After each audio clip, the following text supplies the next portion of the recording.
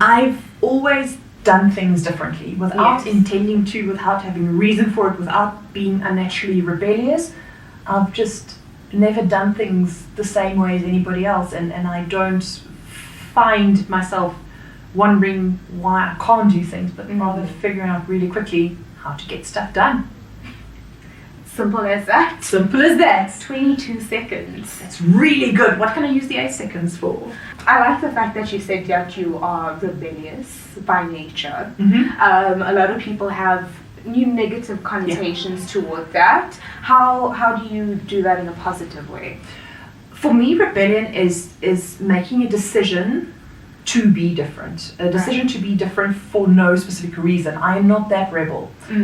I am the unintended rebel, the unintentional rebel, where I do things without malicious intent, and then I found out I did it differently. And when I actually find value, and my clients find me valuable because I see things from a different point of view, from a different angle, because of my unique combination of backgrounds and my unique approach to things. And the uniqueness is also not because I decided I want to be unique, as you tend to do in your teenager years, and you try to stand out. It tends to be very natural for me to see things in a different light and to always keep the big picture in mind. So I think my being a rebel, then, if you want to call it that, comes from always asking the question why and what's the big picture. And then in any decision, big or small, making sure that it translates really well to the big picture, and that it does have a really good, solid reason for it, even if you don't necessarily know what the next steps are and how the next steps will go, and definitely not if it fits in with the usual. So are you a person who wants to know what the next steps are, or do you just kind of figure it out? I am the person that creates the next steps as I'm about to land on the next step. I tend to jump first with a really good idea of the risks and the regulations and the limitations involved, but then seeing the opportunity first, and then starting small, or taking that leap, and then creating as you go. You know the saying, building a plane as you fly it? I'm that pilot. Is that quite risky then? So the risk from a business point of view is yes, there's risk. If it's an uncalculated measure, yes, then there is risk about it. But there's calculated risk as well. If you know what the big picture is, if you know where you're supposed to end up, but you're flexible about how you're going to get there, and if you are conscious about the things that can tank that big picture, or things that will make it longer for you to get to that big lofty goal, that idea, that dream, then those are the risks. So never leap before you look. Always look, but don't let what you see, what you find, keep you from eventually leaping, even if it's a small leap. We're in a habit of, if you cannot guarantee the future, if you cannot guarantee the next step, if you cannot guarantee success, you shouldn't move. Yes. But where the world is moving to at the moment, with access to technology and information, all of those bits and pieces, is you cannot afford anymore to be sure before you move. You need to just keep that big picture, get back to the big picture, keep that big picture in mind, and know what the major pitfalls are, and then move as quickly as you can in the smallest possible way as you can. So how do you then help businesses move toward that big picture? I spend time with the business, and it's not as much time as you might think, because no one has time at the moment. Because of my background, because of my job on a day-to-day basis, I know how to ask the type of questions that get to the point really quickly. Okay. So I will, during client briefing, for instance, I will ask a set of questions that will help me figure out what the real necessary change is, what the real problem is, help to define that problem, figure out where it comes from, where it's going, what the impact of it is, and so on, and then build a solution based on the things that I've found in running my own business and the mistakes I've made and the lessons learned.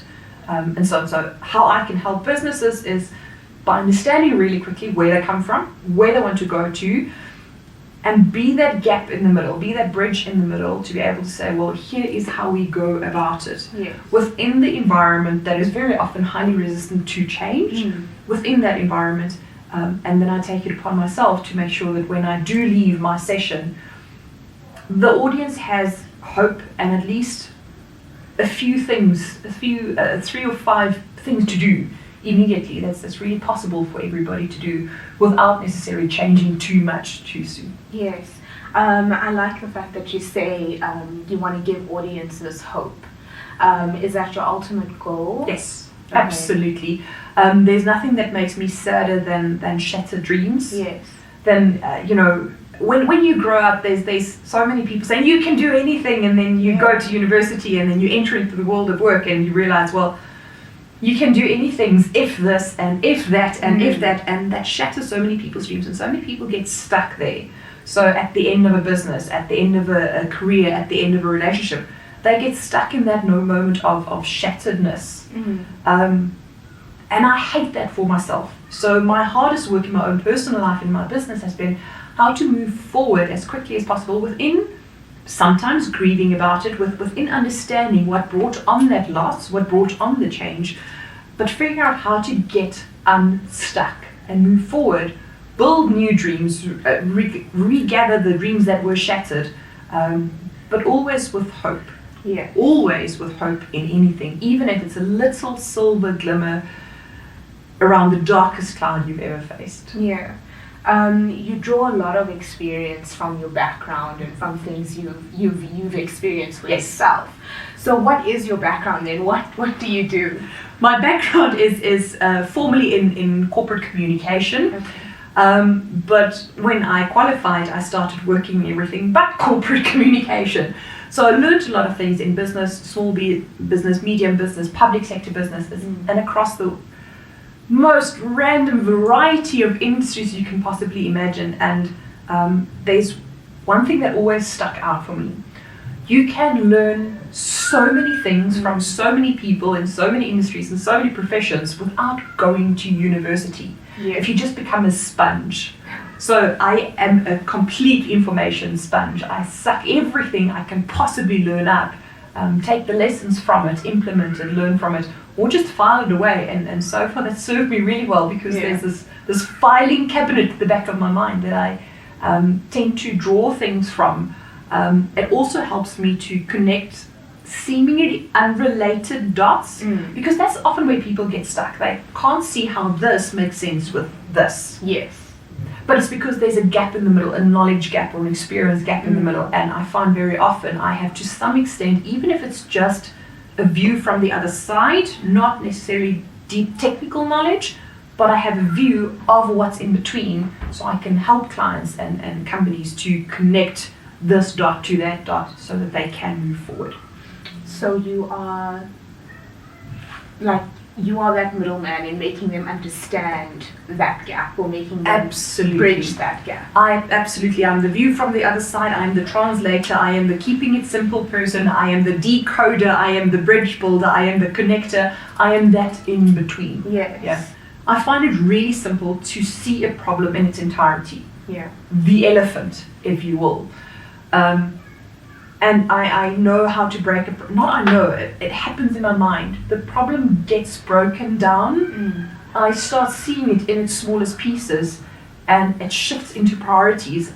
And I know intuitively where to start, where the first starting point is, what the next step is, etc., etc.